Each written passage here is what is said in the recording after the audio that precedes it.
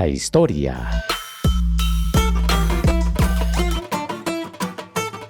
Célebre por ser el autor del aforismo "deseando poco, el pobre se hace rico", Demócrito nace alrededor del año 460 a.C. y muere en el año 371 a.C. Filósofo de la antigua Grecia, figura central en el desarrollo del atomismo filosófico y de la teoría atómica del universo. El conocimiento de la vida de Demócrito se limita en gran medida a una tradición poco fiable. Parece ser que era un acaudalado ciudadano de Abdera, en Tracia, que viajó mucho por Oriente y que vivió hasta una edad avanzada. Según Diógenes Laercio, escribió 73 obras, solo se conservan unos cientos de fragmentos, la mayoría de sus tratados de ética. En contexto. A principios del siglo VI a.C., Tales afirma que el cosmos está formado por una sustancia fundamental.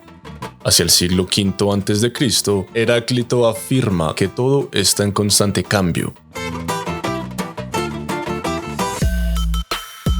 El pensador. Las doctrinas físicas y cosmológicas de Demócrito eran una versión elaborada y sistematizada de las de su maestro Leucipo.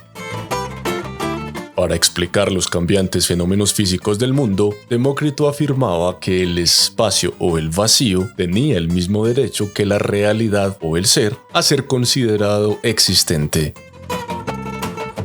Concebía el vacío como un espacio infinito en el que se movía un número infinito de átomos que componían el ser, es decir, el mundo físico.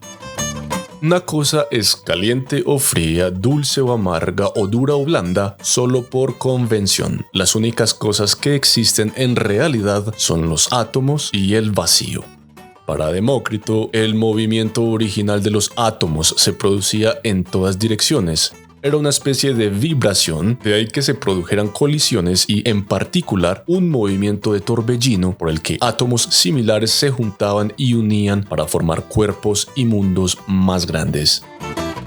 Demócrito dedicó gran atención a la percepción y el conocimiento.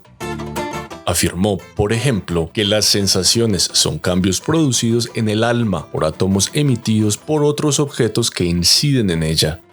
Los átomos del alma solo pueden verse afectados por el contacto de otros átomos. Demócrito también fue el primero en intentar explicar el color, que en su opinión se debía a la posición, que él diferenciaba de la forma, de los átomos constituyentes de los compuestos. Demócrito atribuyó la creencia popular en los dioses a un deseo de explicar los fenómenos extraordinarios por referencia a una agencia sobrehumana. Su sistema ético, fundado en una base práctica, postulaba un bien último que era un estado en el que el alma vive pacífica y tranquilamente sin ser perturbada por el miedo o la superstición o cualquier otro sentimiento.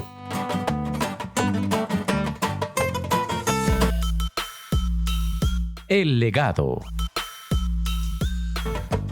Hacia el año 300 a.C., los epicúreos concluyen que no hay vida después de la muerte, ya que los átomos del cuerpo se dispersan tras la muerte.